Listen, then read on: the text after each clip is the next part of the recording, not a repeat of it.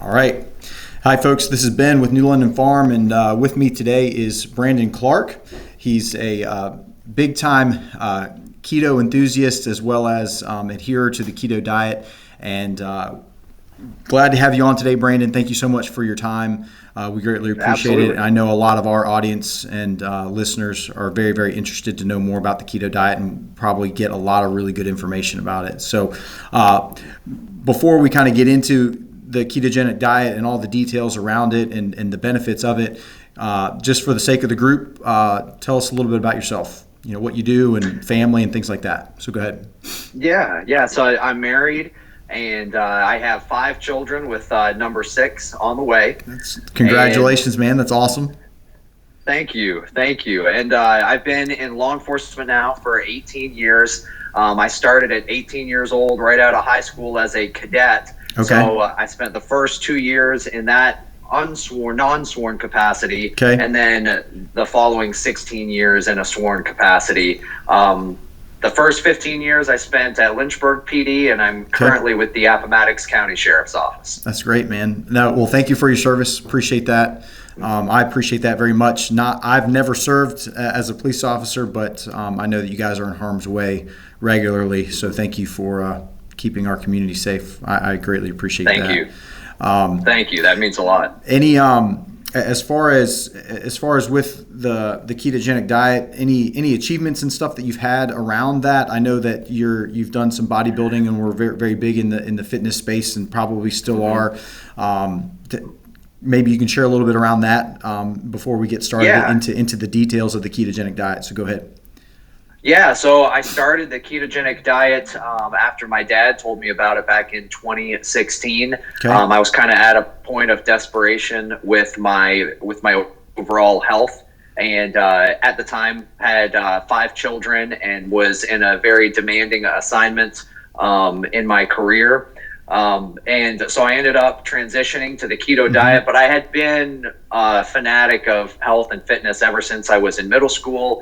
And, but keto completely changed everything for me from what the fitness industry typically teaches. But it was in 2019 that I ended up competing in my first bodybuilding competition, which was a dream of mine. Yep. And I used a strict ketogenic approach. Okay. And following Robert Sykes, who's known on social media as Keto Savage, and he's the creator and owner of the Keto Brick. Okay. And so he guided me through my prep using the ketogenic diet, and I ended up winning first place in that competition. But aside from that, what has been life-changing for me that I never experienced in about the 20 years of following the traditional advice of the fitness industry, Right. is once I went keto, I was finally able to sustain my weight loss year-round and maintain a healthy body weight, stay lean and fit all year long, which has life-changing effects not only in my profession in law enforcement, but my day-to-day life as a husband and father, and has had life-changing impact on me. That's great, man. That's great. That's fantastic. Yeah, I'm very, very interested to know more. I'm sure a lot of our audiences as well. So how did you mentioned it briefly, but your dad introduced you to the keto diet back in 2016. And you've been doing the ketogenic diet since 2016. Is that correct? Yes, okay, correct. So 7 years. So 7 years, and you've done that pretty consistently and faithfully for the past 7 years. Is that right? Correct. And I've also coached in 2018. I started online coaching, and I've coached clients around the world since that time. Okay. And a large portion of that was under Robert Sykes, who's the one that I mentioned previously. Okay. And so I've learned so much of what I know from him. Okay. No, that's fantastic. So what were your results, or you mentioned the weight loss aspect of it, and I think that's probably the most kind of like the first shake that people get at the keto diet, right? Is they see the weight loss, or they want to have weight loss and improve their health around either their figure or just, obesity and people being overweight is basically an epidemic right here in the U.S. And so people are looking for ways to lose weight, and that's one of the benefits. But what have been some of the other benefits for you, right? You've been able to maintain a body weight, you said, for a very consistent amount of time.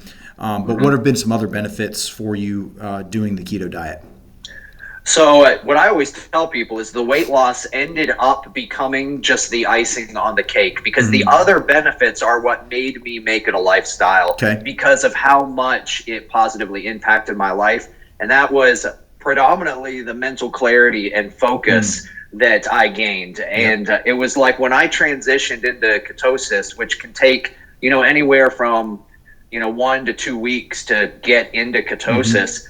It was like the clouds rolled back and the mental fog was gone, and I gained a mental clarity and focus that I had never had before. I also experienced having increased and sustained energy throughout the day. I was not crawling to the coffee maker every 3 hours, to get more caffeine to make it. And so it was a very real energy source that increased in my life. And then I also noticed it clear up my skin. I struggled with bad acne, especially under my bulletproof vest in the summer months, especially. And that completely cleared up, and I've had no acne issues since then. To the extent that I'll never forget what my wife told me when she saw, in the matter of the first few weeks, what it did for my skin. She said keto has to be healthy if it does that for your skin. And so those are the benefits that ended up making me decide that this has to be my lifestyle, because I realized how bad I felt before and didn't want to go back to living like that again. Now, that's amazing. Now, obviously, with your role, with what you do, you're under a lot of stress, right? You see, you're either engaged or have been around very traumatic events.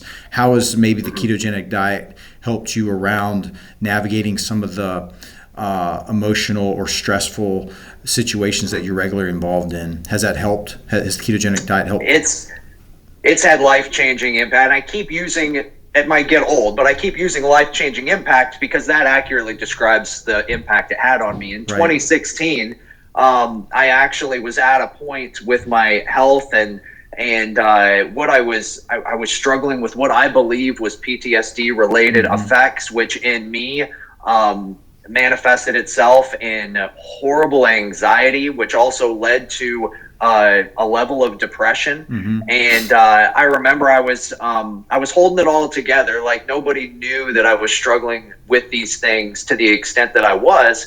But I was very concerned because I knew something wasn't right. And I was not healthy. And I remember being at a training and kneeling down by my bed and praying to Jesus, asking for praying about my health. And it was a few months after that my dad told me about keto.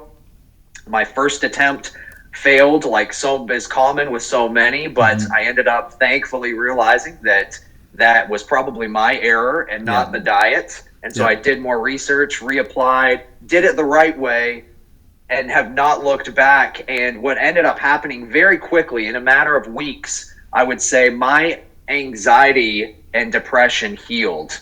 And it brought a calming. When you're anxious, you are the opposite of calm all the time.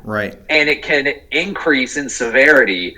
And it brought a calm along with that laser focus. And I felt like in a way of speaking, it gave me my life back and brought this calm and peace and focus back to my life. And that effect, and then the additional mental clarity and focus benefits that I described, are the core of why I said I have to make this my lifestyle, because I am a better husband, I'm a better father, I'm a better police officer, and I'm a better follower of Jesus Christ because of the health benefits that keto has given me. That's awesome, man. That's awesome. Thank you for sharing that. I know that you mentioned some of the weight loss aspects of that. What were your results around the weight loss? Like how long did it take for you to get down to where you are from where you were? Like Yeah. So timeline wise, like how many months? Like, you know, when did you see like, okay, I'm at you said you're around 185 right now. How long did it get you to? How long did it take you to get to 185? And basically, you know, you've stayed there for a consistent period of time. So go ahead. Yeah. So I started at around 205 was my highest weight. And then when I went keto, I ended up losing that weight down to approximately 185 over the course of about 2 to 3 months. Wow. Okay. And so it was very quick. And then when I ended up doing the bodybuilding competition in 2019, and I used the strict ketogenic approach to then take my weight, which is not sustainable. You only do it for the competition. Right. It's not even healthy to try and maintain that level. Right. But over the course of 20 weeks, I took my weight from approximately 185 down to where I stepped on stage at 159. Okay. Wow. So yeah, and what's amazing is a lot of people, and several of my clients I have that I have coached, I have seen people lose as much as 20 pounds in the first month. Now, not everybody, right, but it's very common in that first month to lose a lot because you're also flushing out a lot of water because carbohydrates hold water. And but when people say, a lot of that's just water weight, my response is, yeah, and I was carrying that around every day. Right. You know, if it was a backpack full of bricks I was carrying around every day, it still makes life-changing impact to take it off. Oh, most definitely. And most definitely. So that's amazing, man. That's great. What, as far as just for the good of the group, you know, what is the ketogenic diet? Can you give us some things around that, some, you know, framework, you know, what's included, right? What kind of foods can you eat? What kind of foods do you avoid, right? What kind of foods are excluded from the ketogenic diet? Go ahead. So the way that I would best explain it is that you are restricting carbohydrates so that to the extent that your body ends up switching from relying on carbohydrates, which turn into glycogen for energy, and transitions to using fat, which turns into ketones for energy. And so what I explain to people is you're essentially, you have to do it you have to be careful about how you go about it so that you don't experience the keto flu because of the transition that's going on in your body, to where you're essentially like running your body into a brick wall to force it to switch energy sources. But what's very important in that, and what I have found to be the most effective strategy for me and for the people that I've coached, is to have a high fat strategy. You want to have 70 to 80% of your calories coming from fat. You want to have moderate protein, 20 to 30% of your calories coming from protein. And you want to restrict your carbs to what I tell people is try to consume no more than 50 total carbs per day. Okay. That's not net carbs, 50 total carbs per day. And if you can get it down to under 20 total carbs per day, that's where the magic happens. If you can hit those macros and then restrict your carbs to that extent, and what effect that has in the body, that I'm not going to try and get too scientific here, but you suppress insulin, and insulin is not unhealthy if you are a healthy individual, if you're metabolically healthy. But most of America, and what I was not metabolically healthy. I was insulin resistant. Right. My insulin, and I was not processing carbohydrates efficiently, and the blood sugar that would result. And so what suppressing your carbohydrates does is it helps suppress your insulin and prevent blood sugar spikes, because when you eat carbohydrates, your blood sugar spikes, and it essentially cuts off fat burning and goes into burning carbs, glycogen. Right. So if you keep that suppressed, it keeps your body in fat burning mode. And so it's not to say that insulin spiking, it's a natural process. It's healthy when you're a healthy individual. But that is why keto so often can dramatically improve somebody who's experiencing type 2 diabetes, to help them control their insulin without having to control their blood sugar without having to take insulin. And it can heal. Like what I experienced is it improved my insulin sensitivity and made me metabolically healthy again by going strict keto. And then once you get healthy again, you can talk about introducing some healthy carbs back and stuff like that if you want to, because you're now metabolically healthy again and insulin sensitive, and your body can process those correctly now. Interesting. That's amazing, man. So just around foods that I should be eating, right, is going to be foods with higher fat content, right? So that's going to be meats predominantly, and nuts, a lot of nuts, and then a lot of your plant-based higher fat foods, right? Is that correct? Yes. Yeah, and there's a little bit of a learning process, of course, that takes place in order to. That's why I always recommend people get an app like MyFitnessPal and track foods so that you can see the macro percentages and everything from the total calories you're consuming. But I would tell people you want to really focus down on fatty meats, or if you're getting a lean meat, which is also very healthy, you just want to make sure you're getting in an additional fat source like butter or extra virgin olive oil, or a product like the Keto Brick that gives very healthy fats. You want to have a focus on making sure you're getting enough fat, because that's your energy source now. But meat and whole eggs is what you want to focus on. If you're going to eat a steak, you want to get the ribeye or the New York strip, not the sirloin. If you're going to have chicken, like you can. You would prefer the chicken thigh instead of the chicken breast, right? Or if you have the chicken breast, you want to have that external fat source. You want the regular bacon and not the turkey bacon, those types of things. And then there's, you can have green veggies. You can have like berries in moderation because they're lower on that glycemic index. Right. But that's where I tell people focus on meat and eggs. And then if you have some butter or heavy cream in your coffee or things like that, that's totally fine.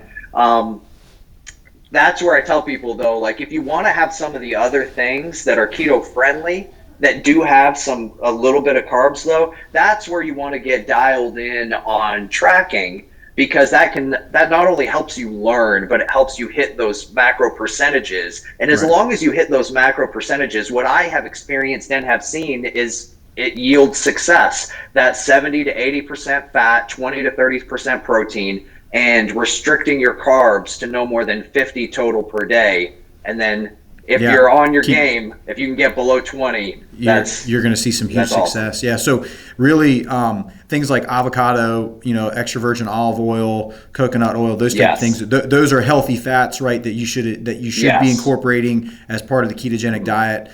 Nuts, I would assume, are similar, right? Almonds and walnuts, different things like that. But really what you're trying to pull out is the carb-related foods, right? Cereals, pastas, oatmeal, things of that nature. What about fruits? It's probably a common question you get. How about certain fruits? Like should I not be eating apples, or should I try to limit the intake of apples, oranges, bananas, things of that nature? Go ahead. Yeah, I would say that those, don't ever think that those are unhealthy. Right. Anybody that tells you that those are unhealthy, I mean, it's a single ingredient whole food, which is healthy. Right. But you might not be metabolically healthy. Right. So which means that your body is not processing any carbs the way that it should. Right. And so if you want the healing effect that keto can bring to your metabolic health, to your insulin sensitivity, I always tell people too, you're going to yield the greatest benefits and the quickest results if you go all in on keto and restrict those total carbs. That total carbs can add up very, very quick. Yeah. So I would encourage people to at least do several months, like ideally at least 2 or 3 or 4 months of strict keto, and you're going to experience that healing effect. You're going to experience an amazing transformation, and probably reach your goal. I would say do strict keto until you reach your goal, and then once you get into a maintenance phase,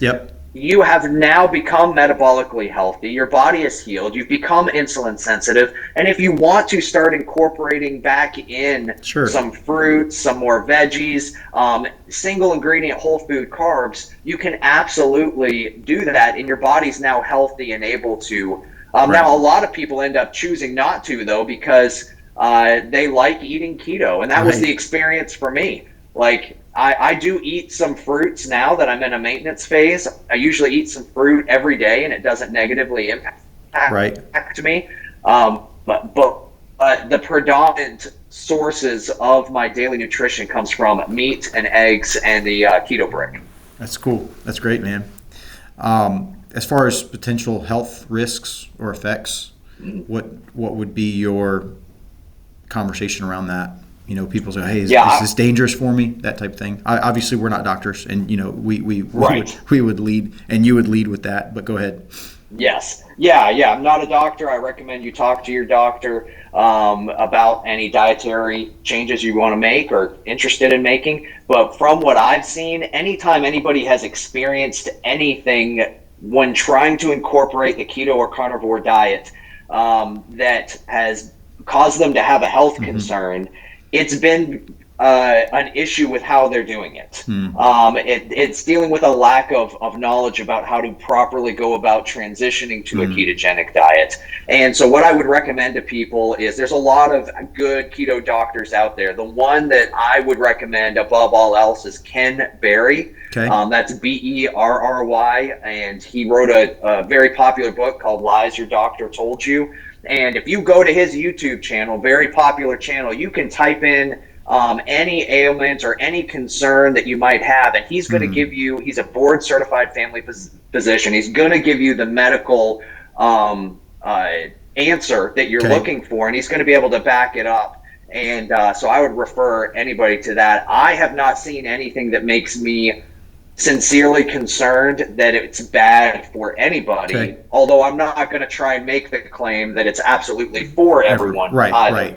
No, that's fair enough. No, I appreciate that. And there's not really a particular age group or demographic that that keto wouldn't necessarily apply. So what I mean by that is, like, it's okay for, like, if children were going to do keto, right? That women. Go ahead.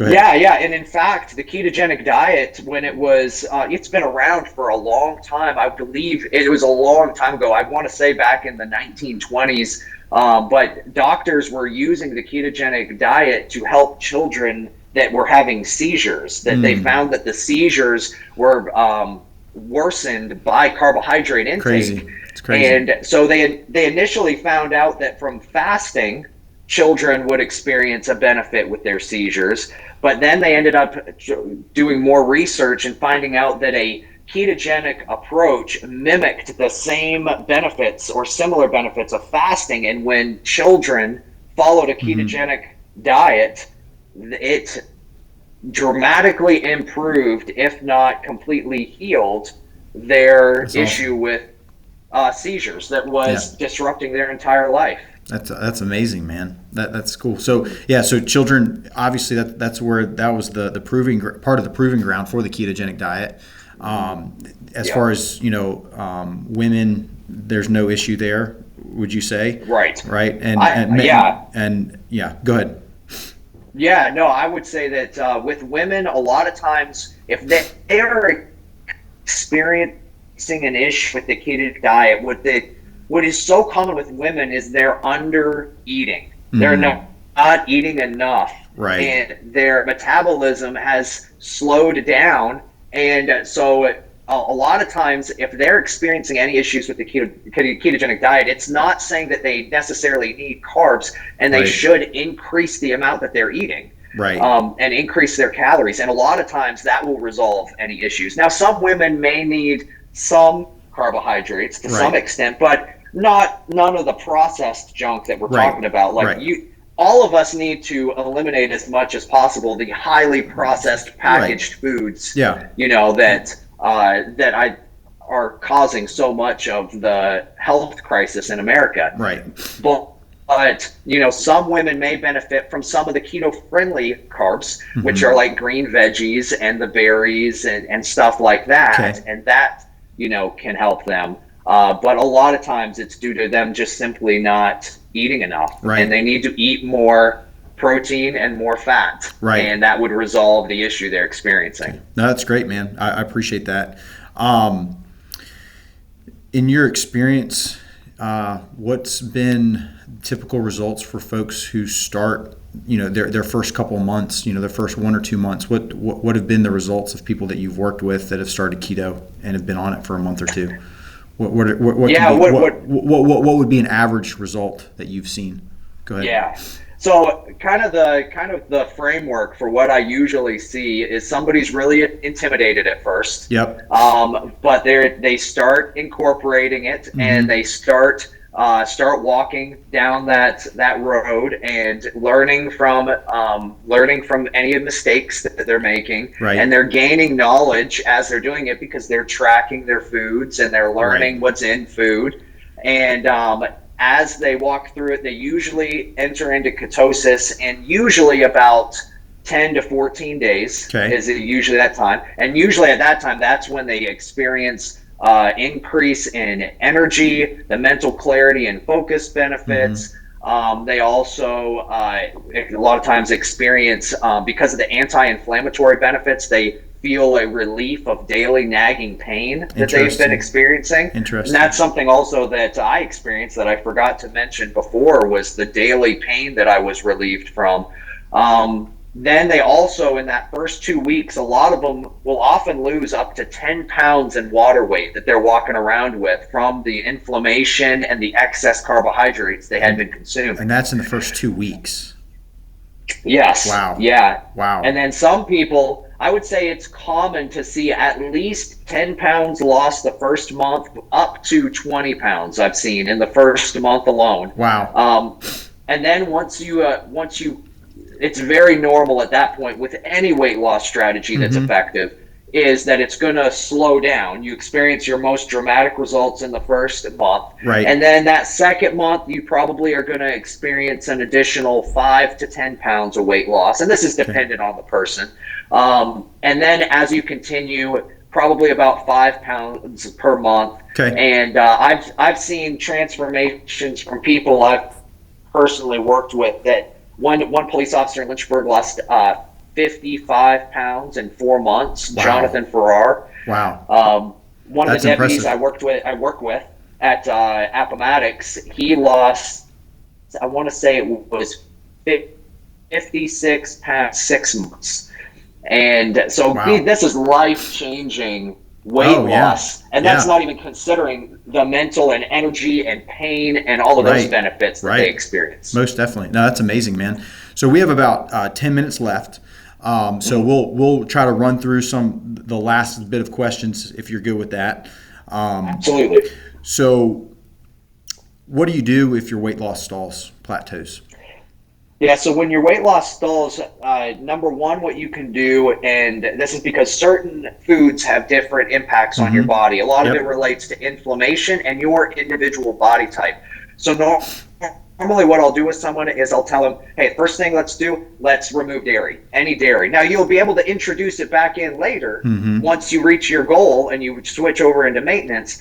But a lot of time that's an effective strategy to keep pushing your body in the direction it wants to go. Next, I would say remove all nuts and nut butters, because they can be inflammatory as well. And then I would tell people to remove all veggies, because in some people, veggies can have an inflammatory effect as well. Interesting. And especially people with autoimmune issues. Okay. So those are the first 3 things that I'll do that usually always work. And my last result is to start restricting calories. Because a lot of times, what the ketogenic does is it has a natural appetite suppressant effect. So when you're eating enough fat and enough protein and you're getting all your nutrients in and you're getting that natural appetite suppression effect, your hunger and your cravings come under control, and people just start having the weight fall off of them without even restricting calories yet, which is life-changing, because usually people fail diets because they're hungry, they're starving. Yeah, they're starving. Yeah. So that's helpful, right? So if somebody's at a plateau, right, there's some additional levers that might be able to be adjusted, that they can continue to see the weight loss. But what percentage of results with the ketogenic diet is from the actual nutrition or the diet itself, and then the other percentage from exercise, right? So you obviously have people that, hey, I want to get a healthy lifestyle. They're probably going to do both, more than likely. Right. how does that break down, right? What percentage of the loss or the results is from the ketogenic diet and what percentage is from exercise? Go ahead. Yeah. So what I like to tell people is I was like, go all in, especially if you're just starting. Don't say like I'm going to start going to the gym an hour for every day or 6 days a week. Right. Like what I try to get people feeling better first, Right. which comes from following and adhering to the diet. Right. So I'm like initially go all in on the diet, and maybe add some walking in. Start going for some walks. And what ends up happening is people end up feeling better, and then they actually will tell me like I'm ready to start working out more. And it will naturally start to happen. So what I tell people is the main lever I pull is the keto diet. It's the main thing that has had that life-changing impact on me being able to lose the weight, sustain the weight loss, and continue to have all of those other health benefits. But I would view exercise as an accelerator. Like your results are just going to be that much better. If you add exercise. If you start incorporating exercise. Yeah. But I would tell people too, don't think you need a gym membership. Like I've never had a gym membership, and the majority of my fitness life, which has been over 20 some years now, has been focusing on body weight exercises at home or with resistance bands. And so what I tell people is you can have an amazing physical transformation and your workouts be nothing more than walking, push-ups, and body weight squats. And you don't need a membership, you don't need equipment, and you can transform and be healthy and fit all year long by incorporating that amount of exercise. But even without exercise, the diet itself will generate a substantial amount of results, hands down. I've had people lose 20 to 30 pounds in a matter of 3 months. With no exercise beyond just starting to do regular walking. That's insane. That's amazing. That's amazing. So you've answered the question like, hey, what do I do if I don't have a gym? So I'll go on to the next one. How do you do meal prep? Obviously, it's different structure. So go ahead. So that is a huge thing that causes people to fail because they think they got to take a whole day out of the week and prep all their meals out in Tupperware and everything. I have never done that, and I'm never going to do it. And I'm busy. I'm on the time. I've got a big family. My work is I operate out of a vehicle. I'm not going to do it. What I do is I cook meat in bulk.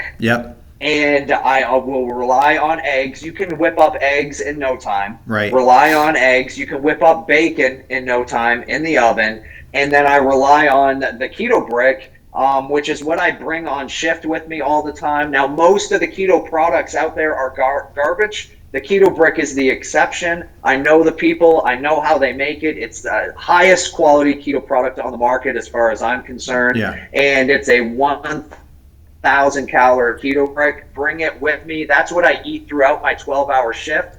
And then typically when I come home, my wife now makes a lot of our meals around meat and or eggs. And so whatever she's making for the family, she'll make extra meat for me and just set it aside. And so they might be having some carb sources, and then she'll just make extra meat for me. So we always are cooking meat in bulk, and we'll have like a big container of a couple pounds of ground beef, or chicken thigh, bacon. And then if none of that's in there, I can whip up scrambled eggs in no time and be completely on track with my goals. And your job shifts are 12-hour shifts, correct?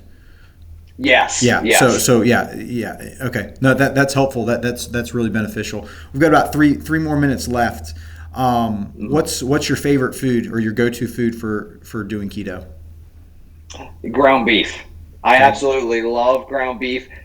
And what's amazing is when you are transitioning into keto, like a lot of people will say that they don't necessarily like the taste of these foods. And you know what? That is common because your palate changes. So when you're eating the highly processed garbage foods, healthy foods aren't going to taste good to you. But what ends up happening is when you transition into ketosis and you're following a keto diet, these foods, your body, number one, you start to crave the fat as the energy source because your body recognizes it as the energy source. And then on top of that, your palate gets away from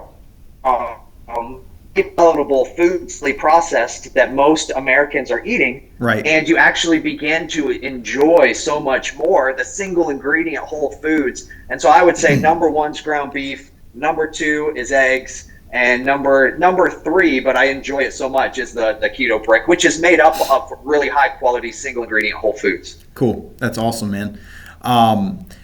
We've got about a minute and a half left. So if I fall off the wagon, what's the best way to get on track? I would say always remember you are just one meal away from getting back off on track. Okay. So, and that's the way I handle my cheat meals. I have cheat meals on a weekly basis. I'll go out on a date night with my wife. I'll do a pizza night with the kids or for a movie. Yep. And what I tell people is, as long as you supervise yourself, as long as you follow a ketogenic lifestyle, I would say I follow it about 80 to 90% of the time. Okay. But I weekly, the other week, my wife and I went to a Chinese restaurant. You're not getting a keto-friendly meal at a Right. Chinese restaurant. Sure. So for that one meal, I don't worry about it. Now, what I would tell people is, if you are pursuing a goal, then the least you cheat, the less you cheat, the faster you're going to reach your goal. Okay. So I say, if you're pursuing a goal, and you want the fastest results possible, cheat as least as possible. I would say no more than maybe once or twice a month, if not going strict for 2 or 3 months. But then once you reach your maintenance, you can cheat once or twice a week and awesome. get right back on track. You're always just one meal away from being back on track. That's fantastic. All right, a couple yes/no questions for you, or short hit questions. We got 30 seconds. Are you accepting new clients for your coaching? So I kind of do it on a case-by-case basis right now. So anybody that's interested, they can email me at ketostreetcop@gmail.com. Perfect. And we will pause it for right there. Do you want to do a part two? Absolutely. Okay, Yeah, we'll do part definitely. two. All right, thanks. All right.